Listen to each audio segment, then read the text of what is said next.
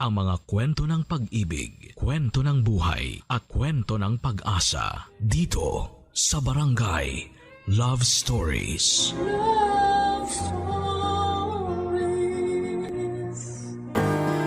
Hindi dapat na ginagawang biro ang pananakit ng damdamin ng ibang tao. Hindi rin dapat gumagamit ng iba para lamang makausad tayo mula sa sakit na nararamdaman natin. Ikaw, kabarangay, handa ka bang pumasok sa relasyon kahit na hindi mo pa mahal ang isang tao? Dear Papa Dudut, itago niyo na lamang po ako sa pangalang Nela. 29 years old na ngayon at nagtatrabaho bilang isang IT specialist. Nagkaroon ako ng long-time boyfriend noon. Carlo ang pangalan niya at akala ko talaga ay siya na, yung makakasama ko sa panghabang buhay. Marami na kasi kaming plano para sa hinaharap namin. Mga plano na ako na lang pala ang may gustong tuparin. Dahil bigla na lang niyang tinapos ang 6 na taong relasyon namin noon. Ang sabi niya noong unay naguguluhan daw siya sa nararamdaman niya. At magulo rin daw silang magkakapatid noon. Ayoko mang pumayag ay wala na akong nagawa pa, pero pagkalipas lamang ng 3 buwan mula nang maghiwalay kami, nalaman ko na lamang na pakakasalan na niya ang bagong girlfriend niya na buntis na noon. Doon na naging malinaw sa akin ang lahat, Papa Dudut. Nasaktan talaga ako ng sobra at hindi ko alam kung paano magsisimulang muli. Halos araw-araw akong umiiyak sa tuwing naaalala ko ang relasyon namin ni Carlo. Hanggang sa imbitahan ako ng kaibigan at katrabaho ko na si Camille na magbakasyon muna sa probinsya nila sa parteng Visayas. Gusto niya raw na tulungan ako na makapag-move on. Kaya naman sumabay na ako ng request sa kumpanya namin na makapag-work from home setup muna na kaagad namang na-approve. Tumira kami sa isang transient house na pagmamay-ari mismo ng tita ni Camille. Doon ko rin nakilala si Joshua nang minsan nasa may tabing dagat kami ni Camille. Guwapo siya, matangkad at palangiti. In-invite niya ako kinabukasan noon sa bahay nila na malapit lang naman daw sa transient house namin. Fiesta daw kasi sa kanila at may kaunting handaan. Sasama dapat si Camille pero umatake ang migraine niya, kaya naman ako na lamang ang pumunta sa bahay nina Joshua, Papa Dudut.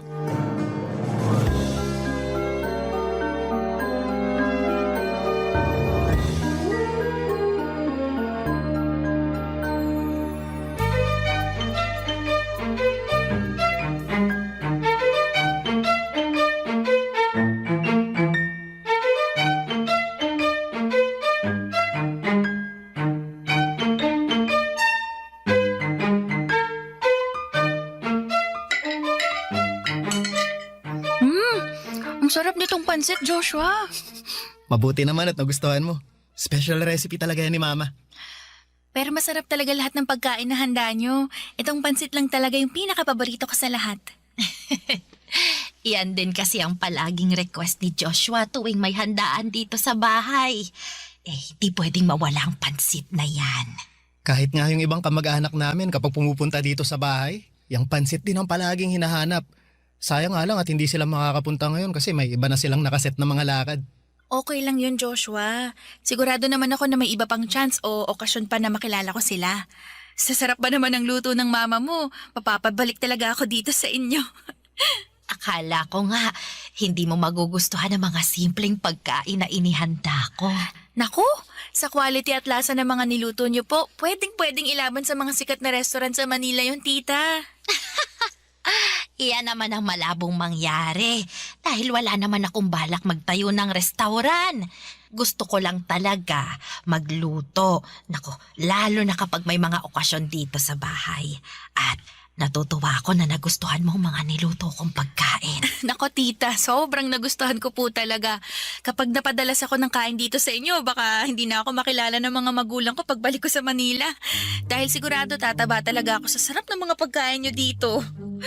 Nga pala, Nela, wala ka namang gagawin mamaya, no? Ipapasyal sana kita sa may perya mamaya. Ay, dumaan din kayo ng simbahan para makita ni Nela kung gaano kaganda ang simbahan natin dito. Eh, yun kung okay lang naman sa kanya. Nako, oo naman po, ayos lang sa akin. Wala naman po kung kahit na anong lakad ngayon, tita eh. Mabuti naman kung ganon. Para makita mo na kahit maliit yung bayan namin, marami ka pa rin pwedeng pasyalan dito. Sigurado naman po ako na mag-e-enjoy ako sa araw na to kasi kasama ko si Joshua.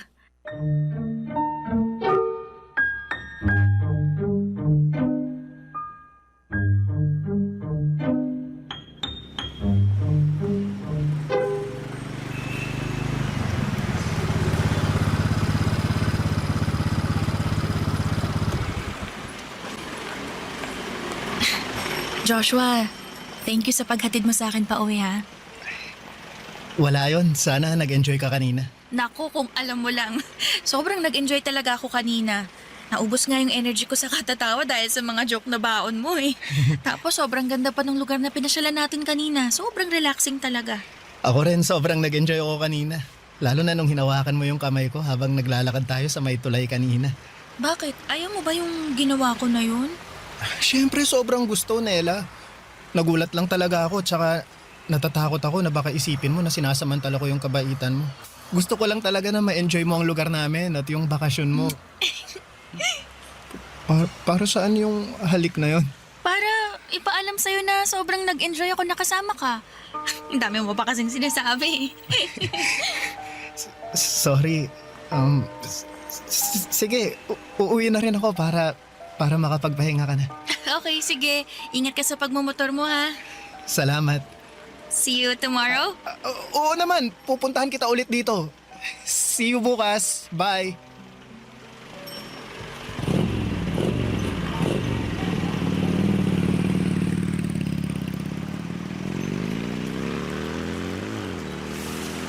Sus, nangangamoy love life na yata tayo dito, ah. Kanina ka pa ba dyan sa likod ko, Camille? Ay, hindi naman. Pero kanina pa ako nakasilip doon sa may bintana. At nakita ko na hinalikan mo si Joshua. Grabe, sis! I'm so happy for you!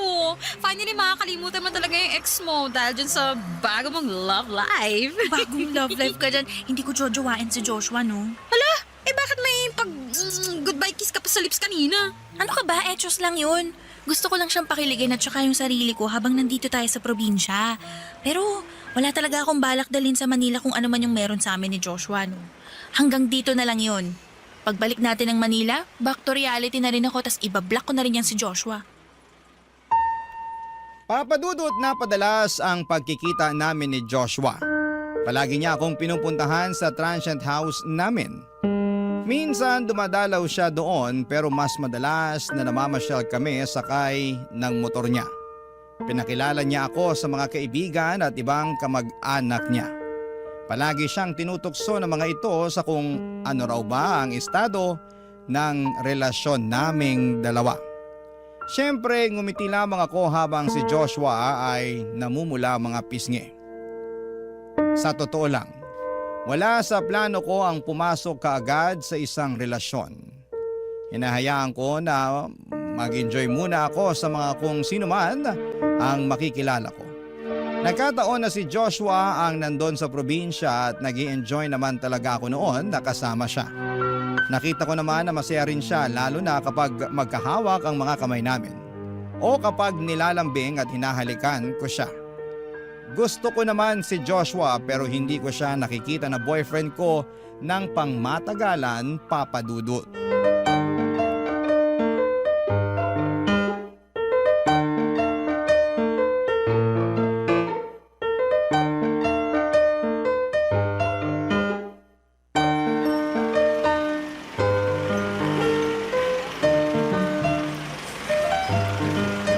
Girl, una na ako sa loob ng airport, ha? Sige, susunod na rin ako. Ay, bye, Joshua! Bye, Camille!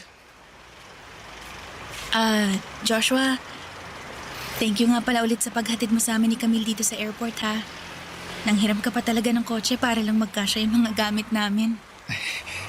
Wala yon. Gusto ko rin naman na ako mismo ang maghatid sa inyo dito eh. Sayang nga lang at hindi ka na nakapagpaalam kay mama. Ako, oo nga eh. Si Camille kasi late na nagising. Kaya hindi natuloy yung plano natin na dumaan muna sa inyo bago dumiretso sa airport. Okay lang kasi nakausap ka naman namin saglit ni Mama sa video call kanina. Natuwa nga ako kasi nakausap ko siya kahit saglit lang eh. Alam mo, sobrang mamimiss ko talaga yung mga luto niya. Yung mga luto lang ba ni Mama ang mamimiss mo? Pati yung lugar na to. Yung mga pagkain dito, tsaka... Ako. Ah, Ang lambot talaga ng mga kamay mo, Nela. Mamimiss kong hawakan ng mga to. Alam mo, nag-uusap kami ni Mama kagabi at nagpaalam na ako sa kanya. ano namang pinagpaalam mo sa kanya? Na gusto kong pumunta ng Manila. Ha? Pupunta ka ng Manila? Di ba sinabi ko naman sa'yo yung mga plano ko na gusto kong sumunod sa'yo sa Manila? Oo nga, pero hindi ko naman alam na seryoso ka nung sabihin mo yun. Bakit naman ako hindi magiging seryoso alam mo naman na seryoso ako sa'yo.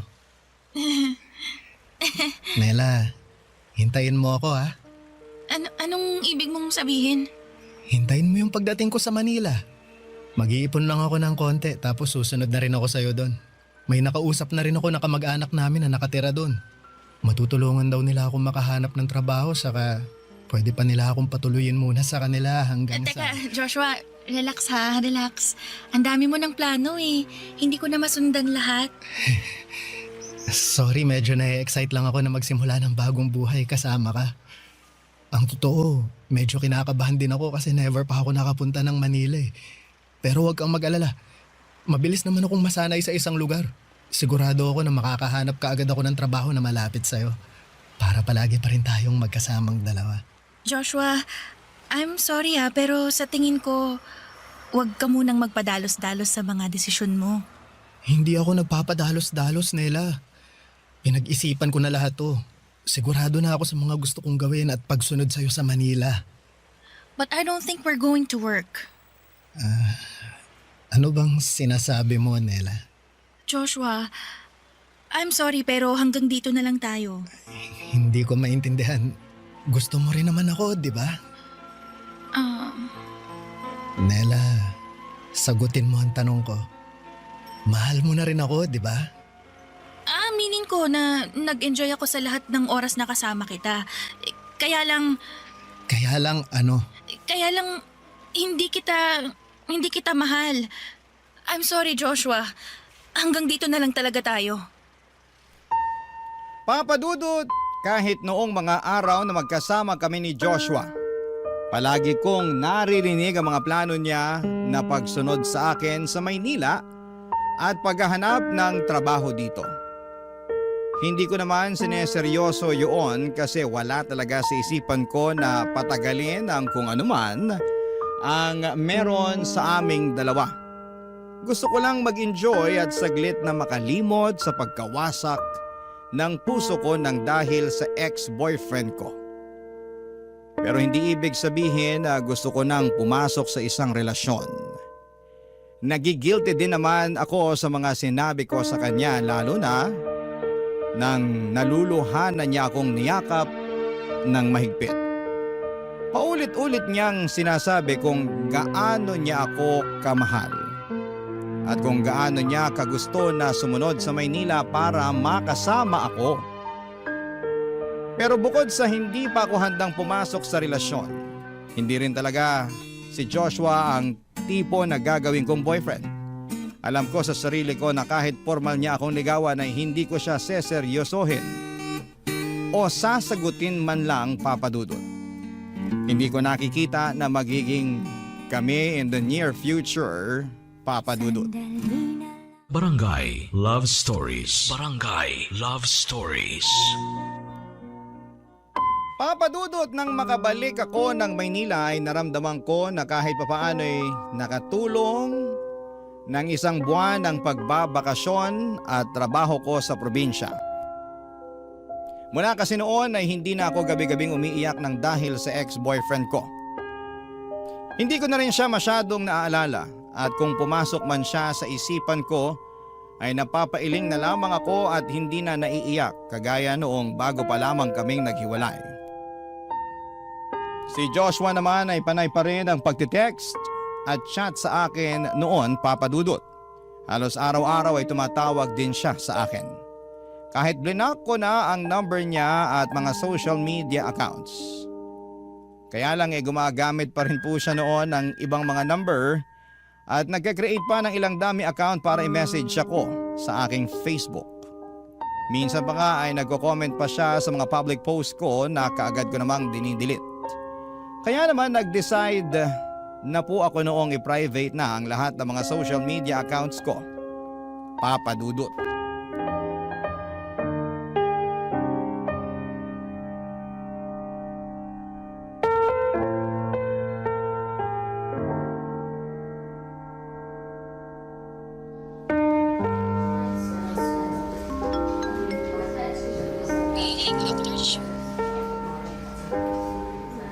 Uy, kumusta ka na? Kumusta pakiramdam mo? Ito, medyo mabigat pa rin yung pakiramdam ko pero mas okay naman kaysa kahapon. Pasensya na pala kung ikaw yung sumalo ng trabaho ko, ha? Ano ka ba? Ayos lang yun. Mas mahalaga na makapagpahinga ka ngayon. Ano daw ba yung sakit mo? Di ko pa nga alam kasi wala pa yung resulta ng blood at lab test ko. Ngayon pa lang makukuha ni Mami.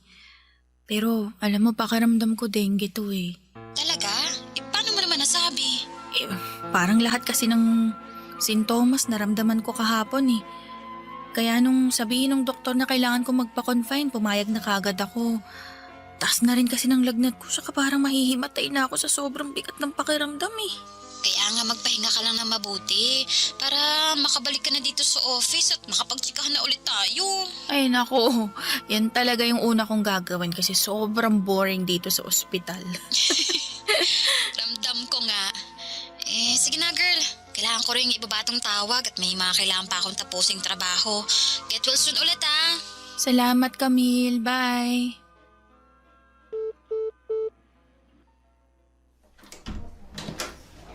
Gising ka na pala. Opo, tumawag kasi si Camille kanina eh. Kumusta nang pakiramdam mo ngayon? Mas maayos na po kaysa kahapon. Ang haba rin po kasi ng tulog ko, umiepekto na rin siguro yung mga gamot na pinainom sa akin. Mabuti naman kung ganun. Nag-alala talaga ako kasi ramdam ko yung panghihina mo kanina.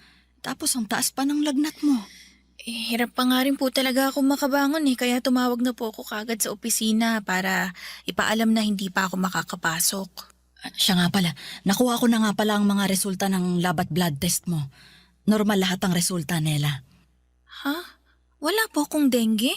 Yun din ang akala ko na sakit mo pero wala ka daw dengue o kahit na anong sakit. Pero bakit iba po yung pakiramdam ko sa katawan ko? Para akong tatrangkasuhin na basta hindi ko maintindihan eh. Ano ba kasing ginawa niyo ni Camille sa bakasyon niyo at bigla ka na lang hina ng ganyan? Normal lang pong bakasyon tsaka pamamasyal. Wala po kaming kahit na anong extreme na activity na ginawa doon. Pero bakit naman parang masyadong nabugbog yung katawan mo sa pagod? Di ko rin po alam, Mami. Basta paggising ko kahapon, para akong nag-gym ng isang buong linggo dahil sa sobrang sakit ng katawan. Papa Dudut, sobrang weird talaga ng pakiramdam ko ng umaga na yon. Masakit lahat ng parte ng katawan ko. Pati paglalakad noon ay nahihirapan ako kaya pumayag na kaagad ako na magpa-confine. Sa dami ng test na ginawa sa akin ay hindi rin nila nalaman kung ano ang naging dahilan ng biglang panghihina ng katawan ko. Ilang ulit din nagtatanong sina Mami at Daddy noon tungkol sa mga ginawa namin sa probinsya. Inisip kasi nila na baka kung ano-anong activity ang ginawa namin kaya sumakit na lamang bigla ng gano'n ang katawan ko. Pero bukod sa pagtatrabaho sa transient house at pamamasyal kasama si Joshua ay wala na akong ibang natatandaan na ginawa namin. Mabuti na lang kahit papaano ay nagsimulang gumaan ang pakiramdam ko sa paglipas ng 3 araw. Umuwi na ako ng bahay at kinabukasan ay nakabalik na rin po ako sa pagtatrabaho. Nagsimula nang maging normal ang lahat sa buhay ko dahil hindi na rin nangungulit pa si Joshua. Pero isang kakaibang pangyayari ang naranasan ng katawan ko noon, Papa Dudut.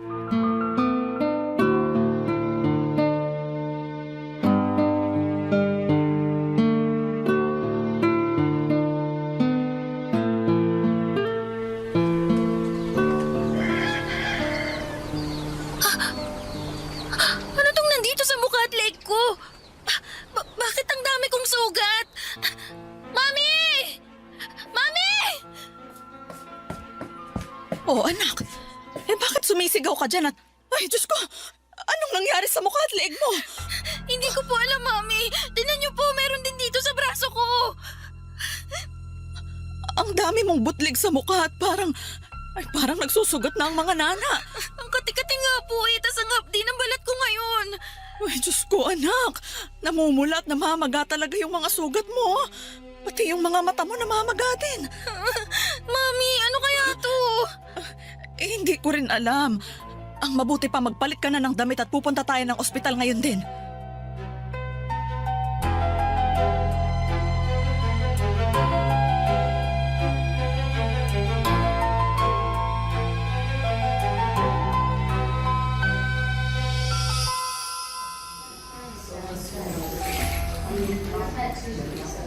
Nela, kumain ka muna nitong sopas na binili ko.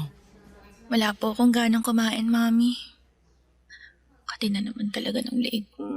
Anak, kailangan mong kumain bago ka uminom ng mga gamot mo. Hindi ko nga po alam kung epekto pa yung mga gamot na yan sa akin, May. Kanina pa po ako nagpapahid ng mga ointment na nireseta ng doktor na bilhin natin, pero hanggang ngayon hindi ko pa rin nararamdaman yung epekto. Kati-kati pa rin po ng balat ko.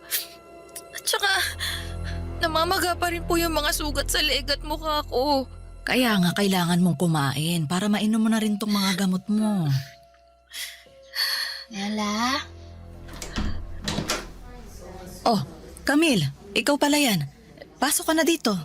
Sige po, tita. Nela?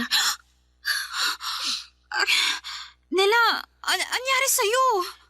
Nag-send na ako ng picture sa'yo, di ba? Bakit parang gulat na gulat ka pa rin? Kasi, mas grabe pala kasi talaga yung itsura ng mga sugat dyan sa balat mo pag sa personal. Pangit ba? Hindi naman. Pero, oo, pangit. Medyo nakakadiri siya tignan eh.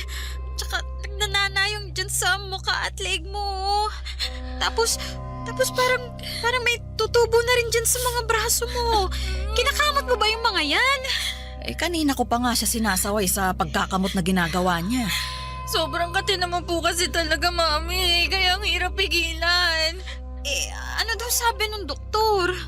Hindi nila malaman kung anong klase ng rashes o sugat yung lumalabas sa balat ko. Hindi naman daw skin asthma o allergy. Kaya baka lumipat na lang kami ng ibang ospital bukas ni Mami. Alam mo, sa tingin ko, Nela,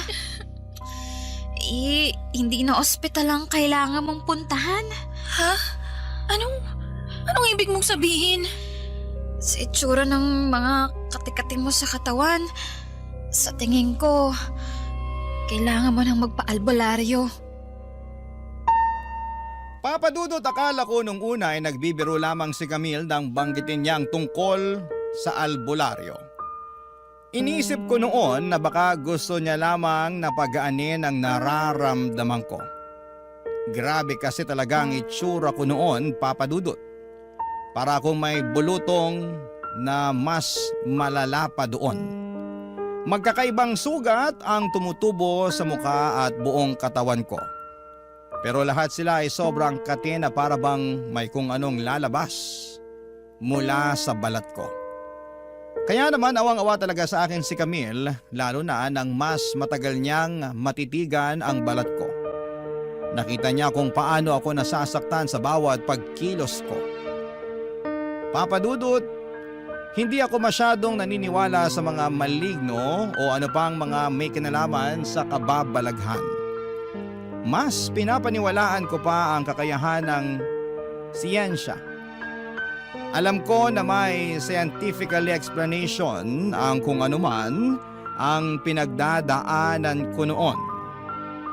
Sadyang nahihirapan lang ang mga ospital na matukoy kung ano talaga ang pinagmumulan ng mga tumutubo sa balat ko.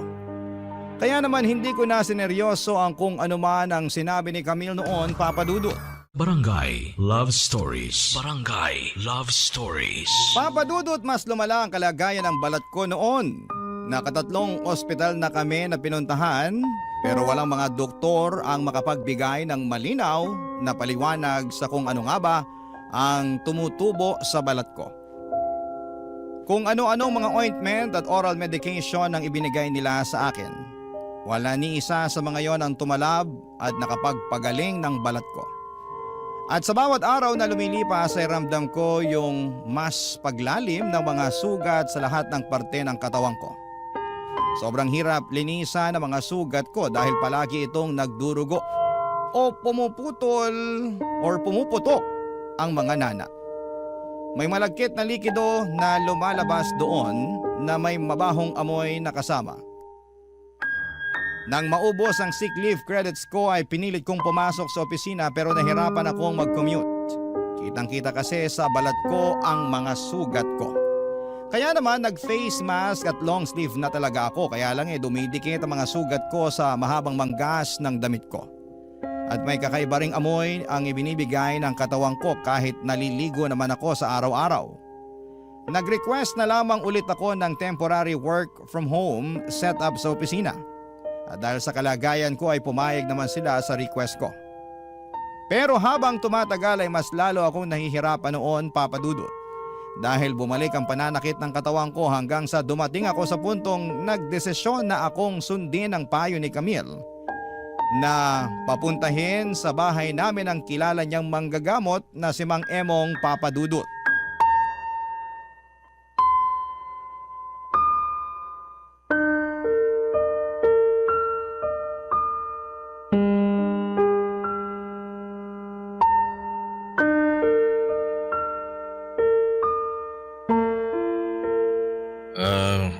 Kumusta na ang pakiramdam mo ngayon, Nela? Masakit pa rin po yung mga sugat ko eh.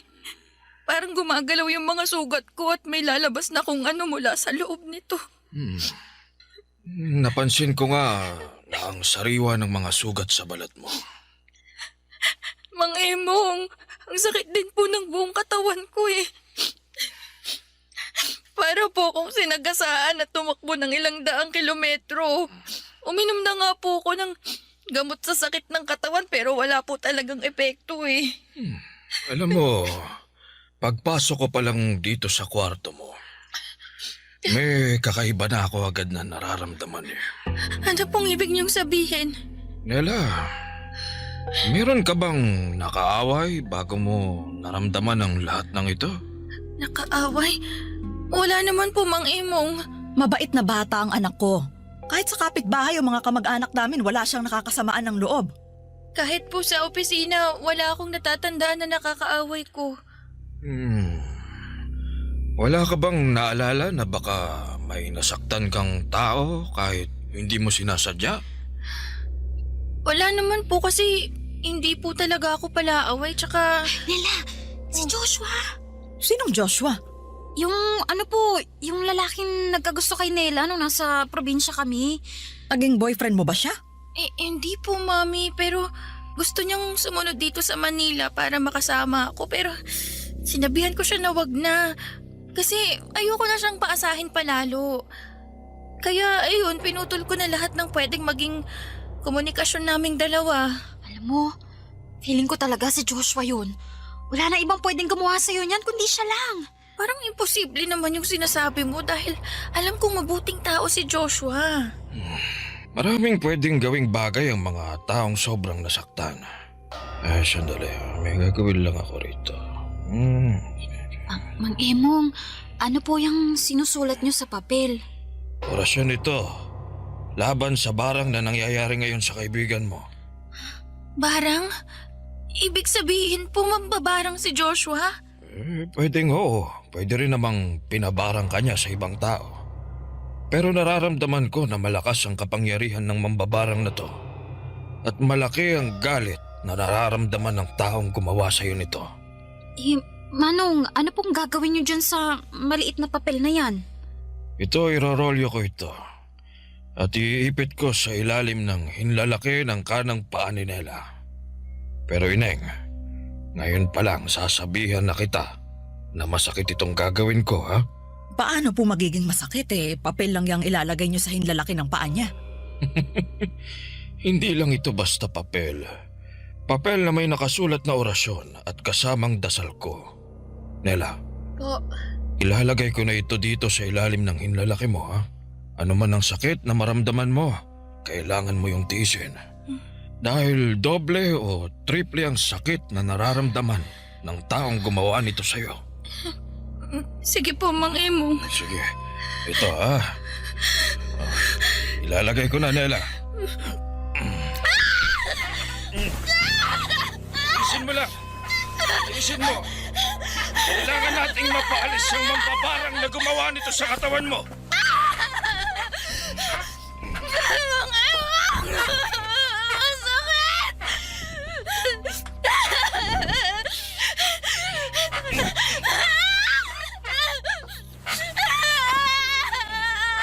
Kung sino ka mang mambabarang ka, tigilan mo na ang katawan ng babaeng ito!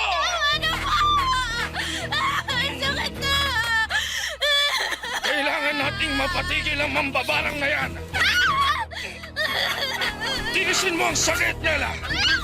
Dahil mas nasasaktan ng mambabarang sa oras na to. Kaya ikaw, mambabarang ka. Tigil mo na yung ginagawa mo sa katawan ni Nela. Tigilan mo na ang pambabarang mo sa kanya. Mang Emong, ayoko na po. Sobrang sakit na po talaga. Tama na po. Mang Emong, ayoko na po. Sobrang sakit na po talaga. Tama na po.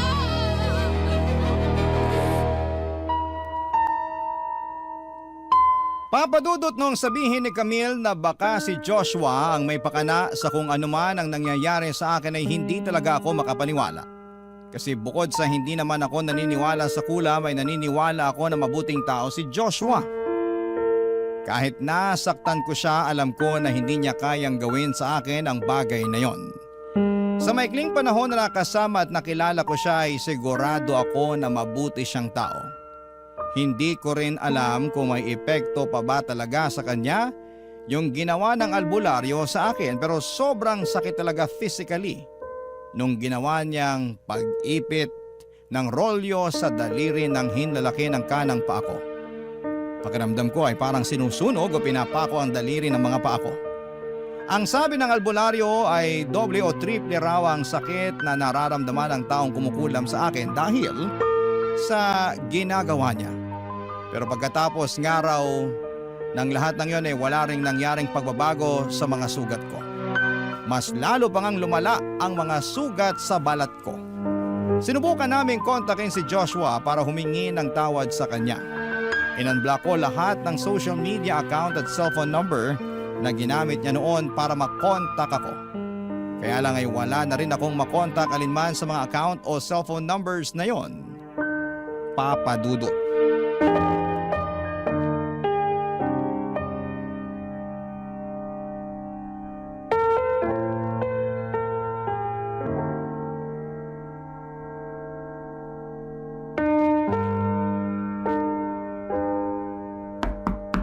Nela, si Tita Joanne mo to. Pwede ba akong pumasok? Sige po, tita. Pasok po kayo.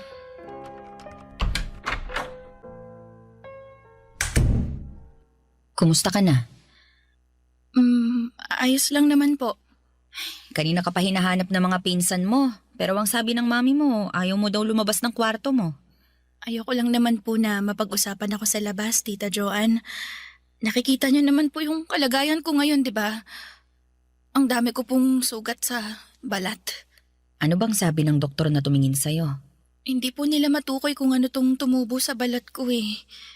Ginamit ko naman po lahat ng nireseta nilang ointment. Ininom ko lahat ng gamot na kailangan kong inumin. Pero wala pong gumana ni isa sa mga yun. Nagpatingin na nga rin po ko sa ibang manggagamot eh. Ano naman ang naging resulta ng pagpapatingin mo sa manggagamot? Ang sabi niya po, pinabarang daw po ako nung taong galit na galit sa akin. May nakaaway ka? Kaya kanya pinabarang? May nasaktan po akong tao, tita. Hindi ko po sinasadya na paasahin siya sa bandang huli. Alam niyo, tita, sa totoo lang po, Hindi naman ako naniniwala sa barang o sa kung ano pa mang mga kababalaghan eh. Pero sa tingin ko, deserve ko po kung ano man po yung nangyayari sa akin ngayon. Nela, wag mong sabihin yan. Nakasakit po kasi ako ng tao, Tita Joanne. Gumamit ako ng ibang tao para makamove on agad dun sa ex-boyfriend ko. Ginamit ko lang siya para sa sariling kapakanan ko. Kung totoo man po na pinabarang niya ako, hindi ko siya masisisi kasi nasaktan lang naman po siya ng dahil sa akin eh. Nasaktan siya dahil sa pagiging makasarili ko. Hindi ko alam kung makakatulong to. Pero gusto mo bang ipag-pray over ka namin ng mga ka-churchmate ko? Imbitado rin kasi sila sa birthday celebration ng lola mo, kaya nandyan din sila ngayon sa labas. Sigurado ako na kahit paano, makakatulong to sa kalagayan at nararamdaman mo ngayon. Kung ayos lang sa'yo, papapasukin ko sila dito sa kwarto mo para makapag-pray over tayo ng sabay-sabay nila. Sige po, Tita. Ayos lang po sa akin. Sa tingin ko, matinding dasal ang kailangan ko para tuluyan na akong gumaling. Sadyang nakalimutan ko lang na may Diyos pala. At yun ang kailangan kong ibalik sa buhay ko. Ang pananampalataya ako sa Diyos. Papadudo, tuluyan na talaga akong nawala ng pag-asa na gumaling noon. Grabe na kasi talaga yung mga butlig, sugat at mga nana na kumalat sa balat ko. Naamoy ko na rin noon ang malansang amoy ng mga sugat ko na yon. Kaya hindi na talaga ako makalabas pa ng bahay kahit para man lang mamalengke o tumambay sa mall. Nag-request na rin ako ng pangmatagalan na work from home setup.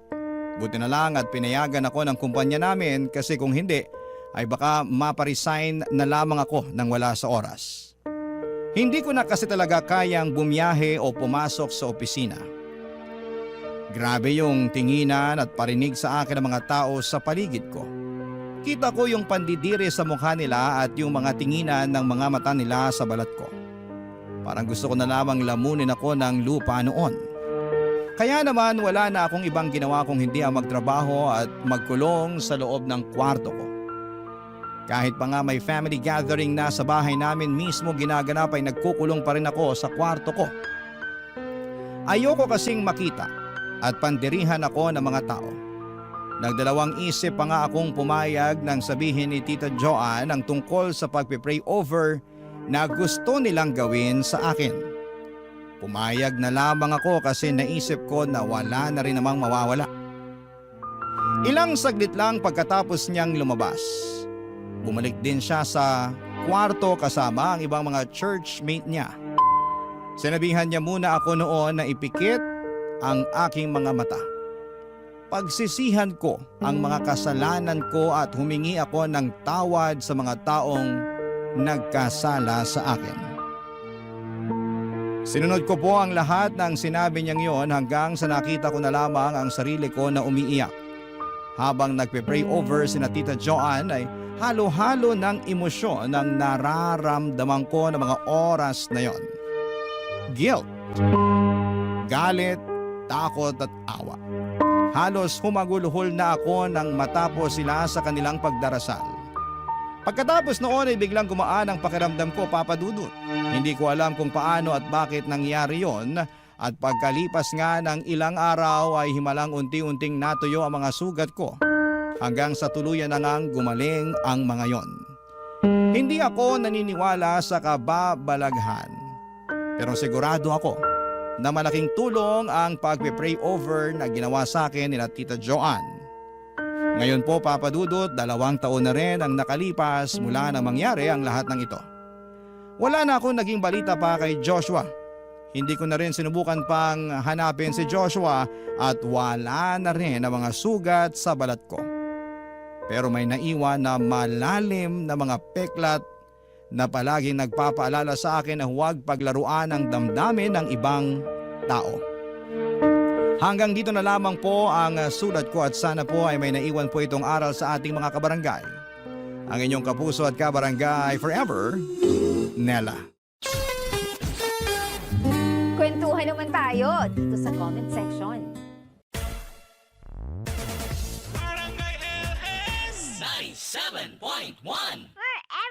Mga kwento ng pag-ibig, kwento ng pag-asa at mga kwento ng buhay dito sa Barangay Love Stories. Love Stories.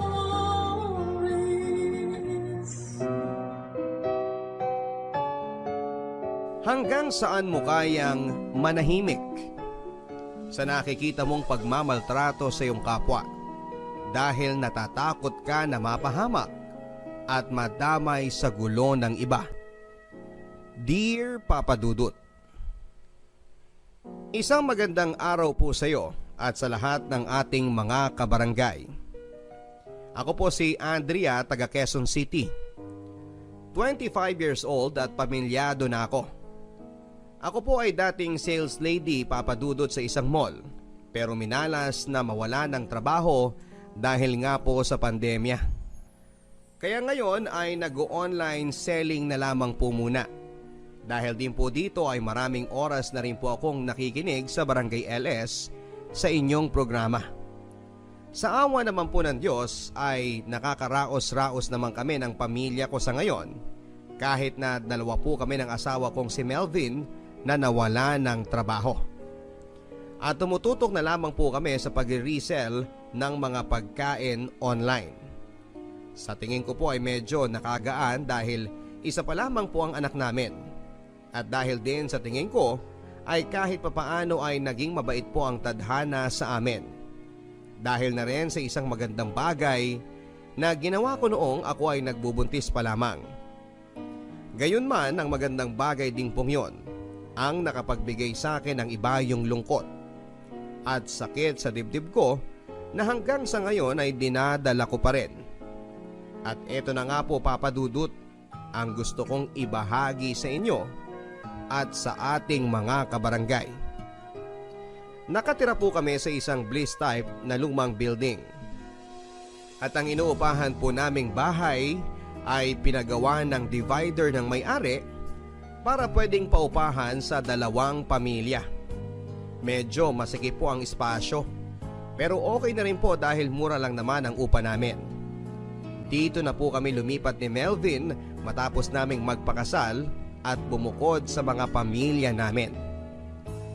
Dahil malapit din po ito sa pinagtatrabahuhan niyang restaurant, medyo maayos naman po ang lugar na nilipatan namin. Pero karamihan sa kanila ay magkakakilala na at kami lang ang baguhan. Kahit na building po siya ay halos ando na rin po ang lahat.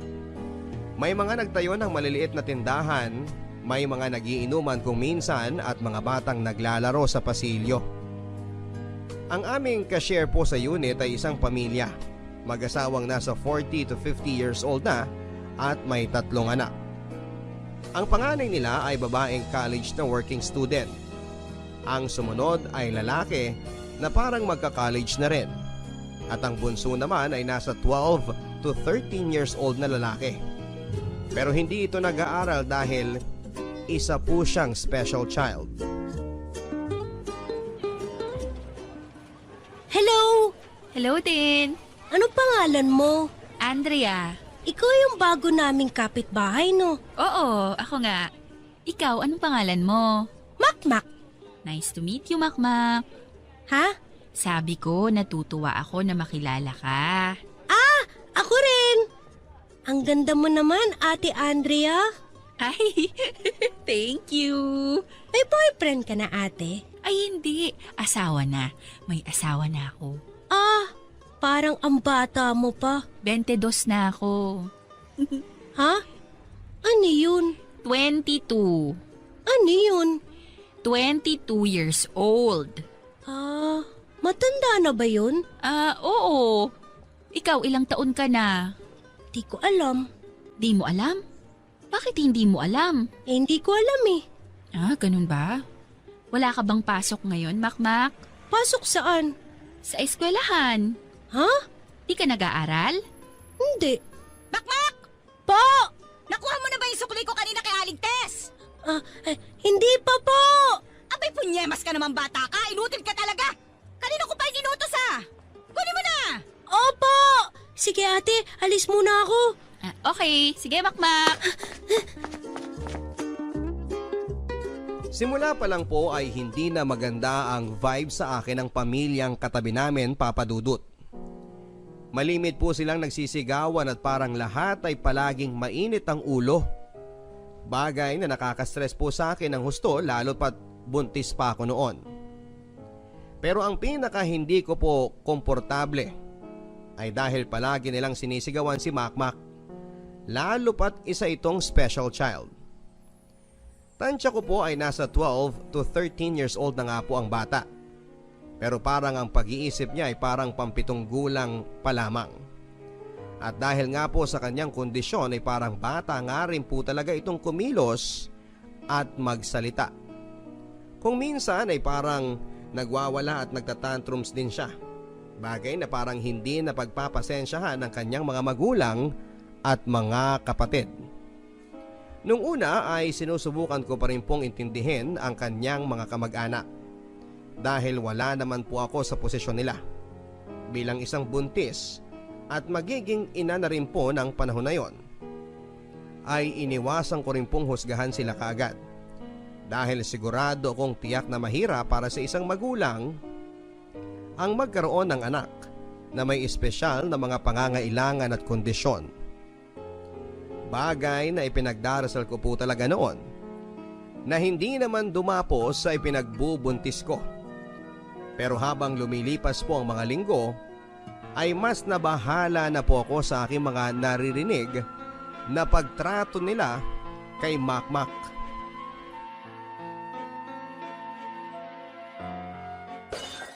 Tinamaan ang magaling ka talagang bata ka! Lintik ka! Pagkakain kasi, kumain lang! Lintik mo, di ka pa mabubugtong pa ako! Leche ka ha! Inutil ka rin kasi tulad ng anak mo na to, Gloria! Bakit mo kasi binigyan ng babasagin na baso? Dapat yung plastic lang binibigay mo dito eh! Pakain ko sa inyo mag-ina tong bubog eh! Nasa hugasan lahat eh! Ito kasing si Lester, tatamad-tamad. Dapat hinugasan mo na yung lahat ng mga kinainan. Pihira. Bakit ako sinisisi nyo? Ako ba nakabasag? Ako ba may tililing? Di naman ako yung abnormal ah. Tumahimik ka ng lintik ka! Kundi mas lalo kang tatama sa akin! Gloria! Ilisin mo nga to! Lester, ikaw na nga maglinis. Pambihira, ako na naman eh. Ako ba nakabasag? Ba't di nyo ipalinis niyan kay Makmak? Tanga! Kita mo na nga mahina ang utak niyan eh. Gusto mo bang dumugo yung kamay niyang kapupulot ng mga bubog? Bihira ka! Di hayaan nyo magsugat-sugat yung kamay niyan para matuto. Uisit, ang dahil pa sinasabi! Linisin mo na, kundi pati ikaw, tatama sa akin! Pesting buhay naman to. Bakit kasi hindi nyo pa ipasok sa mental yan para hindi tayo napeperwisyo pare-pareho? Sana masagasaan na lang yan. Diyos ko, eto na naman sila. Ano ba yan, Melvin? Mapapaanak ako ng maaga nito sa mga kapitbahay natin eh. Pabayaan mo na lang. Huwag ka na ma-stress. At saka kawawa si Makmak. Alam naman nila na special child yung bata. Tapos kinaganyan-ganyan nila. Baka pagod lang sa trabaho yung mag-asawa. Hala, kahit napagod pa yan, anak nila yon. Kadugo nila yon. Galing sa kanila yon. At saka kahit na may kondisyon yung bata, may pakiramdam pa rin yun. Sa nangyayaring yan, hindi malayong lumala pa yung kondisyon ng bata eh. Pabayaan mo na. Huwag ka na lang magpa-apekto, lalo pat buntis ka. Melvin, natatakot ako. Paano kung yung anak natin? Anong ibig mong sabihin paano? Paano kung yung anak natin maging katulad ni Makmak? Huwag ka na mag-isip ng ganyan. Kakaisip mo ng kung ano-ano, lalo may stress yung anak natin eh. Pero paano nga kung mangyari? Sobrang dalang lang naman ng ganyang kondisyon. At saka alam ko na mamana yan. Wala naman sa atin ang may lahing ganyan. Hindi pa rin tayo nakakasiguro. Tama na. Huwag ka na mag-isip ng kung ano-ano. Makakasama yan sa bata. Huwag ka na magpa-apekto sa mga yan.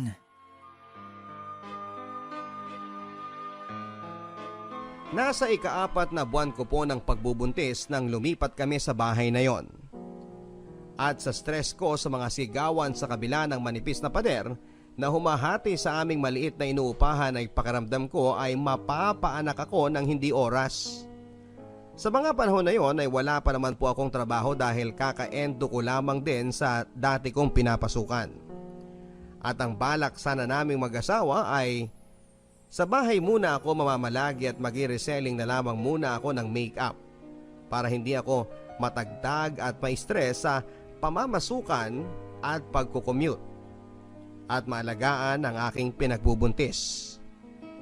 Pero ang bad vibes na ibinibigay po ng kapitbahay namin dahil sa kanilang sigawan at murahan, pakiramdam ko ay mapapaanak na rin po ako nang wala sa oras.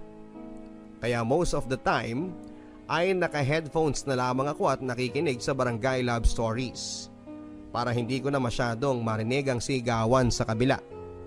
Dahil palagi din po akong nasa bahay lang ay medyo nalaman ko na rin po ng bahagya ang background ng pamilyang kapitbahay namin.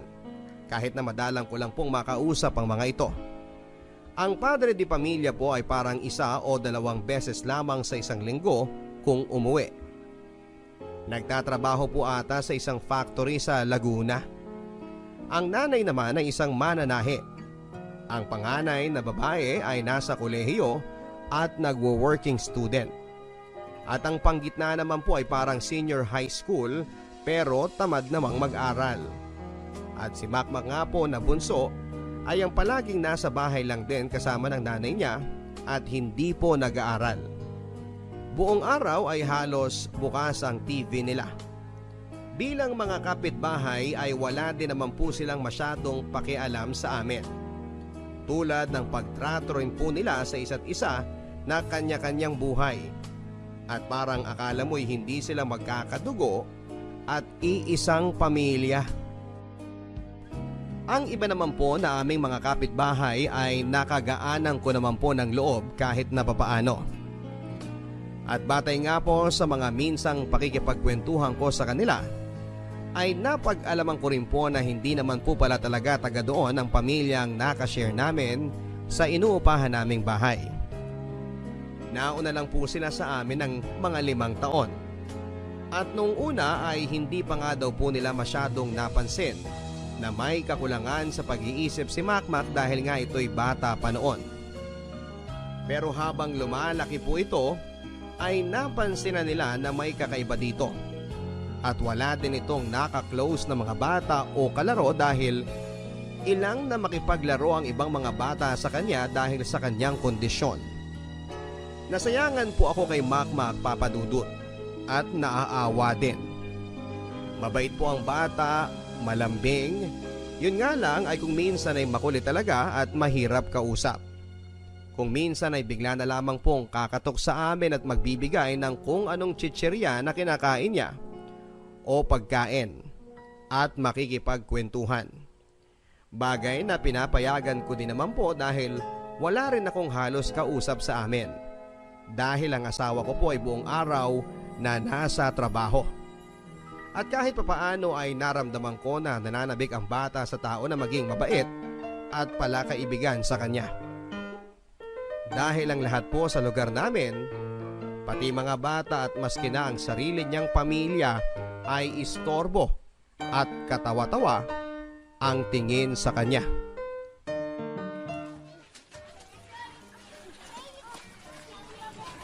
Pwede ako pasali? Oh, sino nakasunod? Hoy, bata! Pasali! He? Huwag mo nga ako sigawan. Pasali nga sa laro nyo! Ayaw ka naming kalaro, matanda ka na.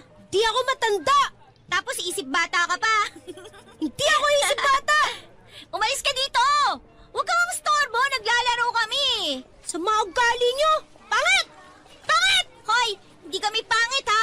Ikaw kaya ang pangit. Kayo ang pangit! Umalis ka na sabi! Huwag ka magulo dito, hindi ka naman kasali. Sige, kukunin ko to! Uy! Ibalik mo yung pamato! Ayoko! Akin lang to hanggang di nyo ako pinapasali! Akin na yan! Akin na sabi! Ano ba? Hindi nyo tayo bibigay! Ayaw mo ha? Aray! Aray ko! Ba't mo ako tinulak? Buti nga sa'yo! Tay! Tay! Oh, ano nangyari? Bakit ka nadapa? Tinulak ako niya, no! Ikaw talaga lintik kang bata ka eh. Aray! Ang laki-laki mo na? Nakikipag-away ka pa dito sa mga mas maliliit sa'yo? Anong nangyayari? Eh, yung sinto-sintong yan, tinulak yung anak ko eh. Ano, Tenten, nasaktan ka ba, anak? Opo! Pagpasensyahan nyo na, alam nyo naman yung kondisyon ng bata. Eh, kaya nga dapat, kinukulong yan sa bahay. Mamaya kung ano pang gawin yan dito eh. Hindi naman ho siguro. Tsaka hindi naman po pwedeng ikulong lang yung bata. Hoy, huwag ka nga nakikialam dito. Ilayo mo sa akin yung sinto-sintong yan. Pauwiin mo na yan sa kanila. Kundi papabarangay ko yung mga magulang yan. Isasama pa kita. Grabe naman ho kayo, Mang Tiklo. Tahan na, Makmak. Tara, uwi na tayo dun sa bahay nyo. Halika. Ate, wag niyo po ako susumbong kay Mama. Papagalitan po ako nun pag nalaman niyan may nakaaway ako. Sige, huwag ka mag-alala. Hindi ko sasabihin.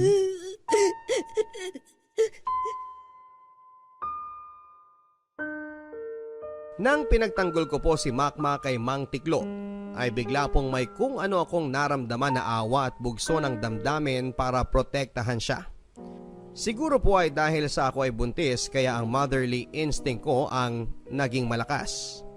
Pero matapos po ng pagkakataong yon, nang nanindigan ako sa isang malaki, masungit at higit na malakas na lalaki kesa sa akin, ay may malaking bahagi po sa akin ang nakaramdam at nagdesisyon na maging tagapagtanggol at tagaprotekta kay Makmak. At sa tingin ko po ay unang pagkakataon din po yon na nakaramdam na may kakampi at kaibigan si Makmak. At dahil din po sa pangyayaring yon, ay mas napalapit din sa akin ang loob ng bata. Naging mas madalas po ito na kumakatok sa amin para makipagkwentuhan. At minsan nga po ay nasisita na ito ng nanay niya dahil baka raw nakakaistorbo na sa akin. Pero hinahayaan ko lang din po ang bata, Papa Dudut, dahil kahit na nga kung minsan ay may pagkamakulit, kahit papaano ay naaaliw din naman ako sa kanya.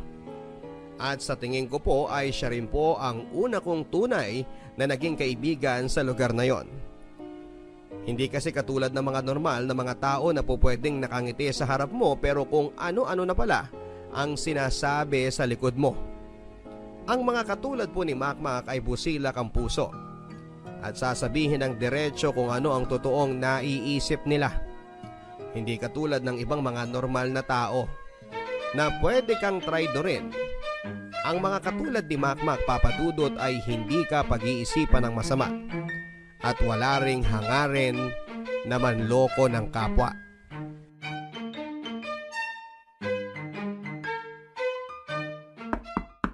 Sandali lang! Hi, Ate! Hi, Makmak! Ate, ito para sa'yo. Wow! Salamat dito sa choknat, ha? You're welcome! Aba! Nagagamit mo na yung tinuro ko sa'yo!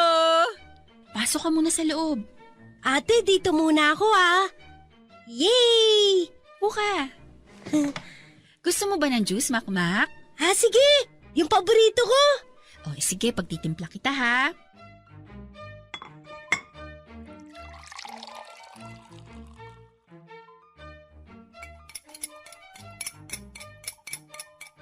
O, ito. Thank you!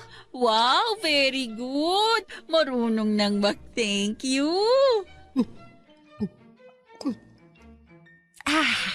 Sarap! O, teka.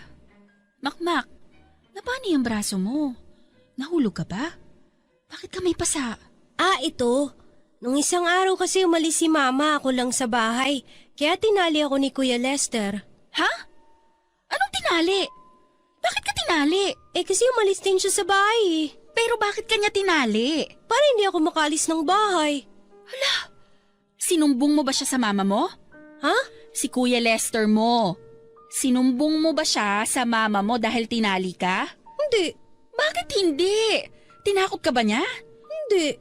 Dapat sinabi mo nga sa mama mo para napagsabihan ng kuya mo na wag nang gawin yun. Tinatali naman nila ako palagi eh. Ano? Sino? Silang lahat. Si Mama, si Papa, si Ate, si Kuya. Pag umaalis sila, tapos ako lang naiwan sa bahay. Pero bakit ka tinali? Para nga daw hindi ako umalis. Kulit mo naman eh. Hindi yun tama. Paano kung nagugutom ka na? O pag kailangan mong mag-CR? Pinipigilan ko. Diyos ko.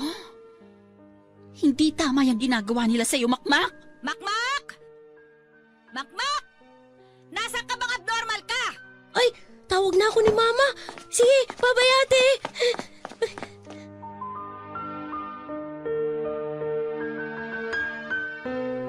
Kinalabutan po ako sa sinabing yon ni Makmak, Papa Dudut. Hindi ako makapaniwala na nagagawang saktan siya ng pamilya niya. At ang itali pa siya na parang hayop lang kapag kailangan niyang maiwang mag-isa lang sa bahay.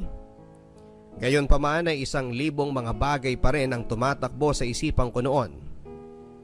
Inilagay ko din po ang sarili ko sa posisyon ng mga magulang ni Makmak.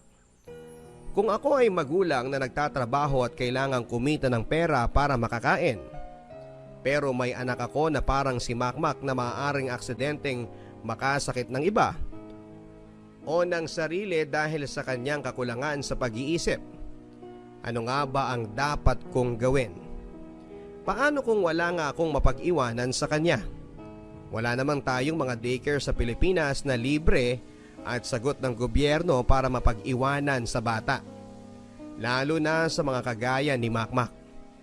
Kapag kumuha naman ako ng bantay ay kailangan ko rin itong bayaran. At kung hahayaan ko lang naman si Makmak at ilak lang sa bahay, paano kung maglaro ito ng kung ano-ano na pwedeng simula ng sunog? Kapag hindi ko naman kinandado ang bahay, paano kung umalis ito? Mawala at hindi na makabalik pa. Pero sa lahat ng mga sitwasyong iniisip ko na maaaring pinagdaraanan ng mga magulang ni Makmak, ay isa pa rin po ang isinisigaw ng aking konsensya at puso, Papa Dudut, na mali ang kanilang ginagawa kay Makmak. At kung ginagawa din ng mga kapatid ni Makmak ang pagtatali sa kanya kapag sila ay umaalis ng bahay, ay hindi rin naman sila po pwedeng sisihin din dahil mga bata pa rin naman sila. Kaya ang mga magulang lang talaga ang dapat nasisihin dahil sila ang dapat na gabay at maging huwaran ng tamang asal at moralidad sa kanilang mga anak. At dahil binabagabag po ako ng husto ng aking nalaman tungkol sa pagtatali ng mga magulang at ng mga kapatid ni Makmak sa kanya, kapag sila ay umaalis ay kinausap ko po noon si Melvin tungkol dito. Maski rin po si Melvin ay nagulat at naasiwa sa ginagawang yon ng pamilya ni Makmak. Pero nang tinanong ko si Melvin kung ano ba ang dapat naming gawin, ay doon na po medyo umatras si Melvin. Huwag na lang daw po kaming makialam dahil kapitbahay lang naman kami. At wala pa namang nangyayaring masama sa bata. At nang sinabi ko na hihintayin pa ba namin na may mangyaring masama sa bata, ang sabi lang po sa akin ni Melvin ay umiwas na lamang daw po kami sa gulo. Lalo pat bago pa lamang kami sa lugar na yon.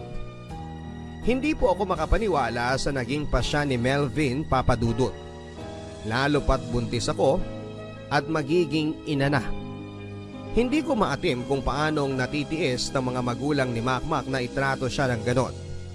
Wala ba silang lukso ng dugo na nararamdaman sa bata? Hindi na ba nila nakikita si Makmak na tao? At dahil ilang gabi rin po akong hindi mapakali sa kakaisip sa pagmamaltrato ng mga kapitbahay namin sa sarili nilang kadugo, ay nagpasya po ako na kausapin ang nanay ni Makmak, Papa Dudut. Kahit na sinabihan pa ako ni Melvin na huwag nang makialam.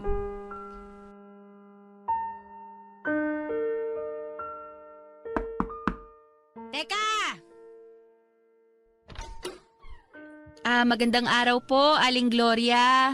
O bakit? Anong problema? Hindi, wala ho. Gusto ko lang po sana kayong makausap ng saglit. Tungkol saan? Ano po kasi di ho ba buntis po ako. Tapos palagi lang naman po ako nandito sa bahay. O tapos? Naisip ko lang po kung kailangan yung umalis at si Makmak lang ang may iwan sa bahay nyo, pwede nyo naman po siyang ihabilin sa akin. Ha? Pwede ko po siyang bantayan kapag wala kayong mapag-iwanan sa kanya. O bakit? Naisip ko lang po. Kasi kung minsan, parang wala pong tao sa bahay nyo. Tapos naiisip ko baka mag-isa lang si Makmak sa bahay. Siyempre po sa kondisyon niya, nag-aalala po ako. Bakit mo naman naisipan yan? Kailangan mo ng trabaho? Ay wala kaming ekstrang pambayad sa bantay ha?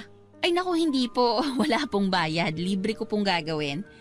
Parang magkaibigan na rin naman po kami ni Makmak. Nakagaanan ko na po ng loob yung bata. Hindi, wag mo kaming intindihin. Salamat na lang. Aling Gloria. Ano? Nung isang araw ho kasi pumunta sa akin si Makmak. Tapos nakita ko may pasa siya sa braso. Tapos? Bata yan sintu-sintu pa. Malamang tumama yan sa kung saan lang. Ang sabi niya ho sa akin dahil daw po yun sa pagkakatali sa kanya ng Kuya Lester niya. Ngayon? Kaya nga po ako nagbobolontaryo na akong magbabantay sa bata. Kesa naman pong ganyan na itinatali niyo siya kapag wala kayo sa bahay. Ano gusto mong palabasin, ha? Na masama kaming magulang? Ay hindi naman po yun sa ganon. Yun ang pinapalabas mo ha? Akala mo kung sino ka? Bagong salta ka lang naman dito. At hindi ka pa ina. Kaya huwag ka magmamagaling dyan. Hindi mo alam kung anong hirap ang dinaranas namin dyan sa batang yan. Pero Aling Gloria, anak niyo ho si Makmak. Kadugo niyo yan. Kahit ganyan yung kondisyon niya, tao yan. Huwag niyo naman pong itrato na parang aso yung bata na tinatali niyo. Hoy Andrea, mag-ingat ka dyan sa mga lumalabas sa bunganga mo ha. Hindi namin tinatrato na parang aso yung bata. Yan ang sa tingin namin na mas mabuti para sa kanya. Hindi kasi nakakapag-isip yan ng tama. Pero nasasaktan nga yung bata. Yan ba ang sinumbong niya sa'yo? Hindi ho, hindi siya nagsumbong. Naisip ko lang nung nakita ko yung mga pasa niya. Pwes, wag kang makialam. Makialam ka kung ang lumabas dyan sa sinapupunan mo ay kulang-kulang din ang utak. Pero ngayon, wala kang karapatang makialam. Buhay namin ito. Pabayaan mo kami.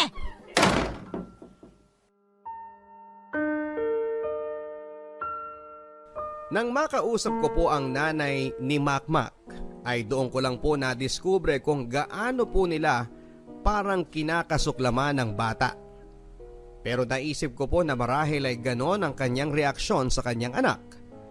Dahil baka hindi rin po niya matanggap na nagkaroon siya ng isang anak na may kakulangan sa pag-iisip.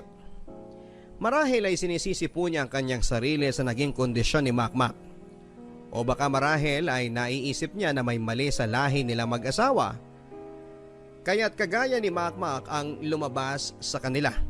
Isang bagay na hindi siguro nila matanggap at baka posible pa nga pong ikinakahiya nila. Kaya mas lalo po akong nalungkot at nabahala para kay Makmak. Ngunit isa pong ikinabahala ko ay mula nang kausapin ko ang mga magulang ni Makmak ay madalang ko na rin po itong nakikita. Hindi na po kasi kumakatok sa amin at nakikipagkwentuhan sa akin kagaya ng dati. Kung minsan nga po pakiramdam ko ay iniiwasan ako ng bata. Dito po ako kinabahan ng husto dahil parang nakasama palalo ang pakikipag-usap ko sa nanay ni Makmak. At baka dahil sa nangyari ay mas naging malupit sila sa bata.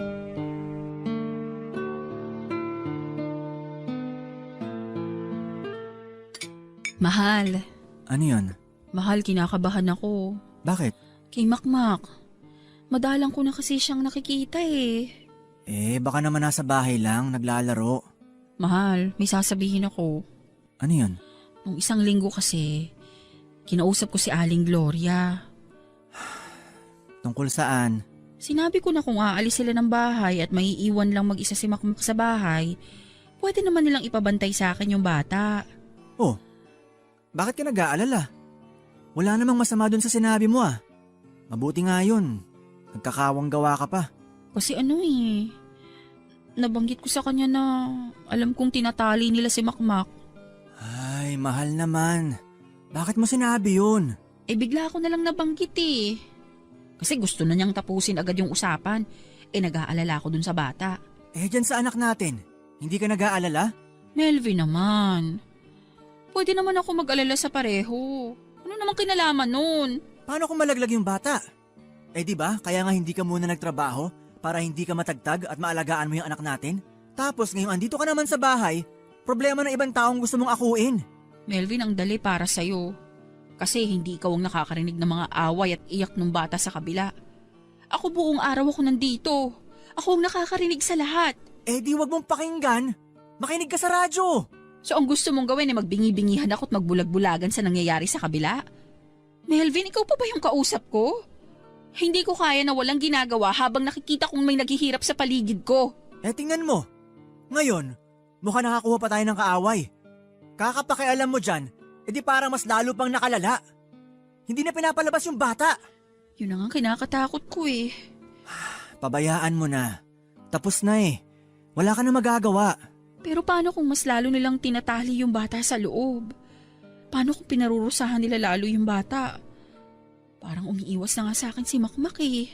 Kaya nga wag mo nang dagdagan. Pabayaan mo na sila. Ang intindihin mo si baby, okay? Huwag ka na magpa-stress sa problema ng ibang tao. Walang madudulot na maganda yan sa atin.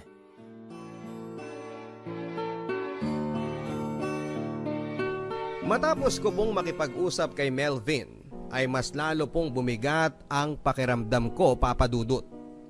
Mas lalo po ako natakot na baka dahil sa kagustuhan kong matulungan ng bata, ay mas lalo pa po itong nakasama sa kanya. Isa pa ay tama nga rin po si Melvin. Parang dahil sa ginawa ko ay nainis pa sa amin sina Aling Gloria. At may mga pagkakataon pa nga na kapag nag-aaway sila sa kabilang bahay o kapag napagsasabihan si Makmak ay parang nagpaparinig pa ito sa akin. Pinapagalitan nila si Makmak na huwag daw masyadong malakas kung umiyak dahil baka daw kung ano-ano na naman daw ang isipin ng mga malisyosang kapitbahay. Ang hindi ko po nabanggit kay Melvin ay bukod kay Aling Gloria, ay nakaaway ko rin po si Mang Tiklo na tatay ni Tenten, ang batang nakaaway ni Makmak. Mula nang namagitan ako sa pamamatok niya kay Makmak noong nag-away ang dalawang bata, ay naging masungit na rin po ito sa akin at kung minsan nga po, kapag bumibili ako sa tindahan o naglalakad ako sa pasilyo at natsetsempohan na naroon din siya, ay tinitingnan ako ng masama. Sabay parinig na ingat kayo, may sawsawera.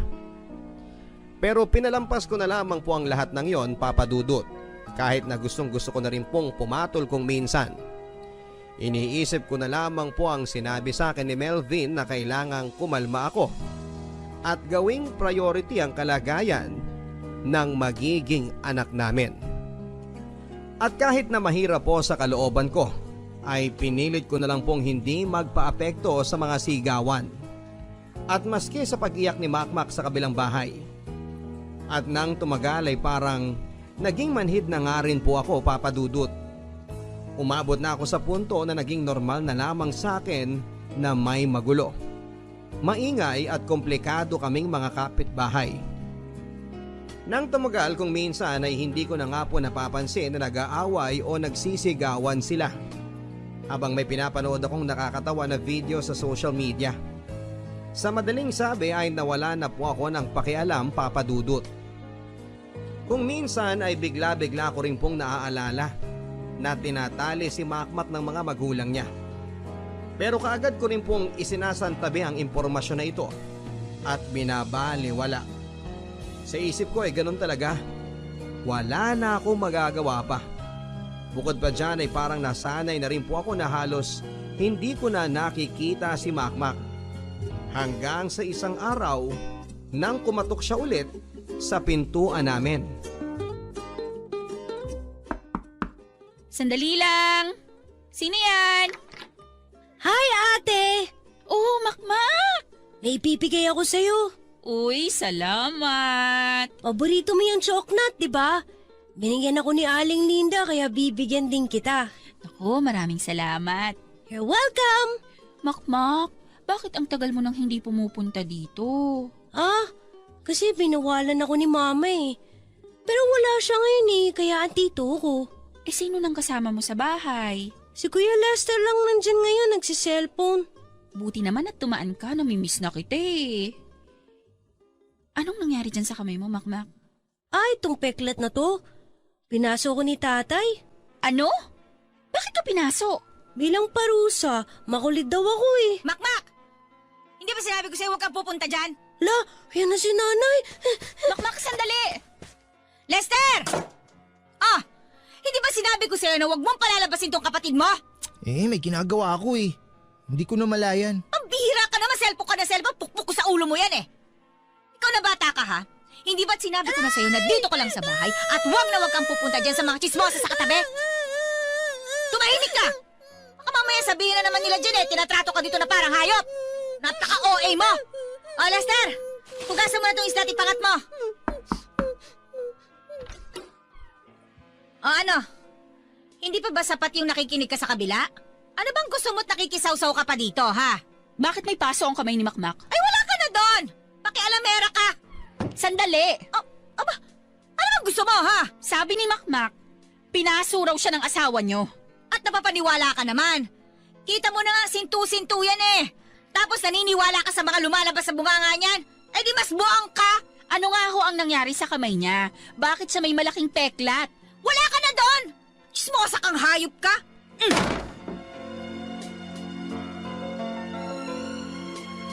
Muli pong danumbalik ang lahat ng galit ko sa pamilya ni Makmak Papadudut. At kasabay po noon ay tinamaan din ako ng matinding guilt. Guilt dahil kinalimutan ko ang kalagayan ni Makmak. At guilt dahil ako na nga lang po ang pupwedeng makatulong kay Makmak, binigo ko pa siya. Kinausap kong muli si Melvin tungkol sa nangyari. At kagaya ng dati, ang sinabi pa rin niya sa akin ay huwag daw akong makialam. Ipinipilit ko po sa kanya na kapag pinatagal pa namin yon ay baka mas malala lang ang gawin nila sa bata. At nang sinabi ko po kay Melvin na isumbong na namin ang aming kapitbahay sa mga otoridad ay naggalit po siya sa akin. Tulad po ni Aling Gloria, ang sabi sa akin ng asawa ko ay huwag daw akong masyadong OA. Huwag daw akong magpadalos-dalos dahil hindi naman namin alam ang buong sitwasyon. Nagtampo po ako kay Melvin Papadudut. Gayon pa man ay hinanda ko na rin po ang sarili ko. Nagre-research po ako online ng mga tao at grupo na po pwedeng makatulong kung sakasakali na umabot sa puntong kailangan ko na talagang i-report ang mga magulang ni Makmak. At matapos nga lang po ng ilang linggo ay kinailangan ko nang gawin yon.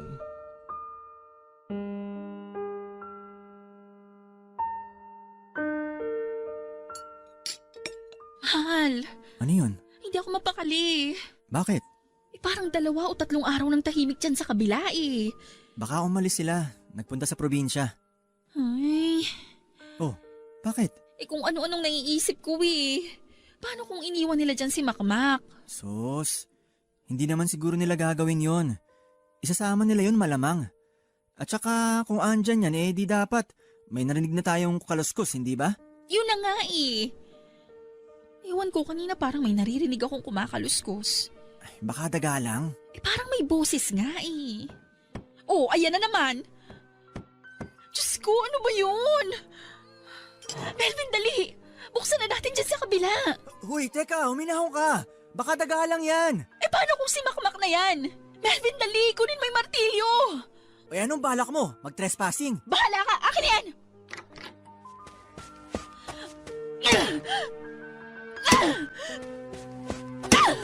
Huminahon ka. Parang hindi ka buntis ah. Ako na dyan. Diyos ko! Makmak!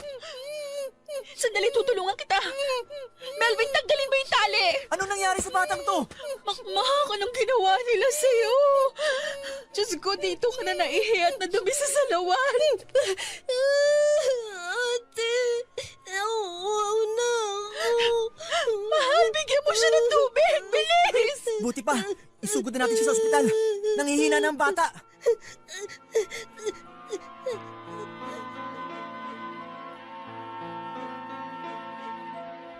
Nang matagpuan po namin si Makmak ay nakahandusay ito. Nakatali ang mga kamay at ang mga paa. Basa ang salwal dahil sa ihi at tae. Nagdideliryo din siya. Nang nahimasmasan na po at naging maayos na ang lagay ni Makmak sa ospital, ay doon po niya dahan-dahang naikwento ang nangyari. Nalaman po namin na binigyan pala siya ng pampatulog.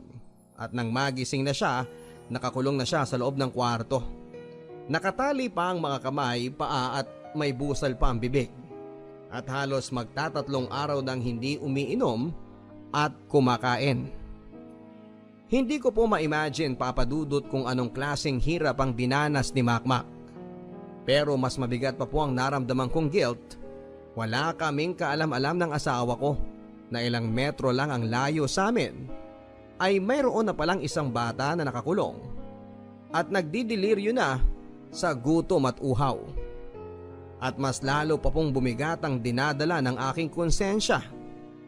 Nang matapos po ang ilang araw mula nang dalhin namin siya sa ospital, ay hindi po kinaya ng dati ng mahinang katawan niya ang dehydration at mga komplikasyon na sinapit niya sa mapait na karanasan.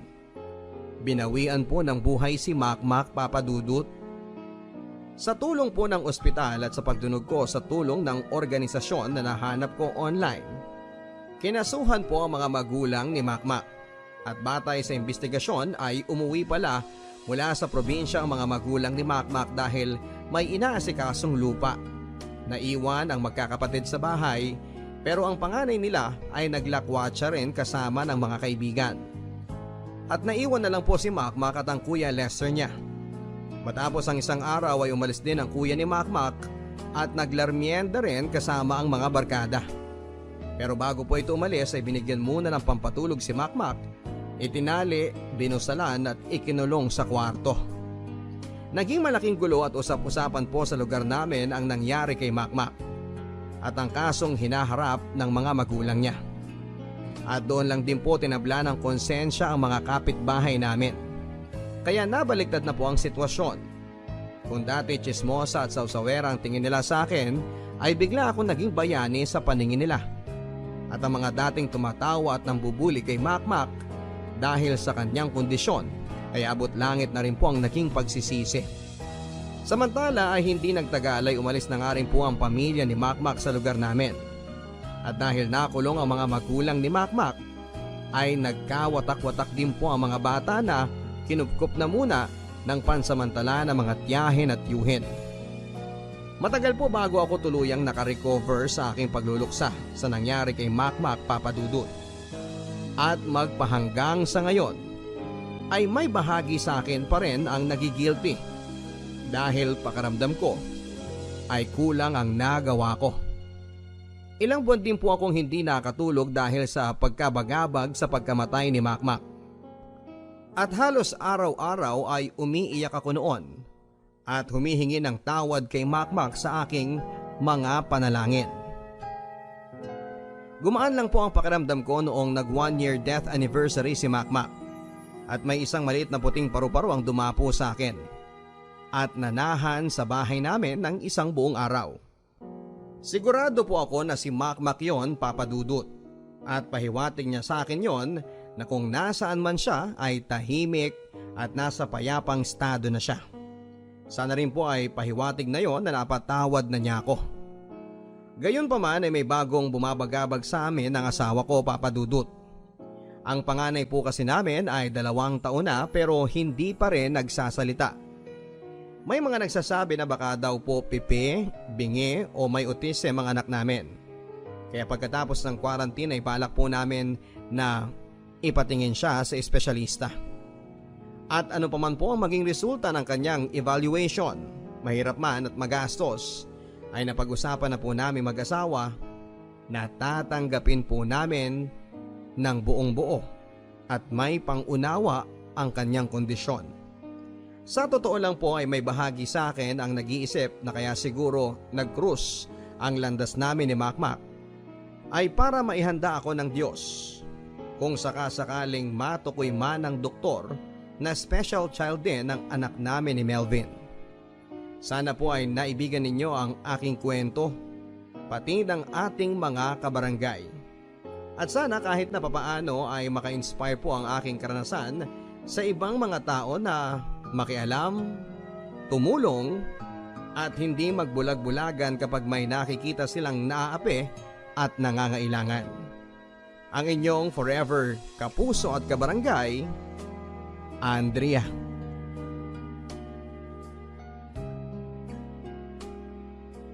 Mga kwento ng pag-ibig, kwento ng pag-asa at mga kwento ng buhay dito sa Barangay Love Stories. Love Stories.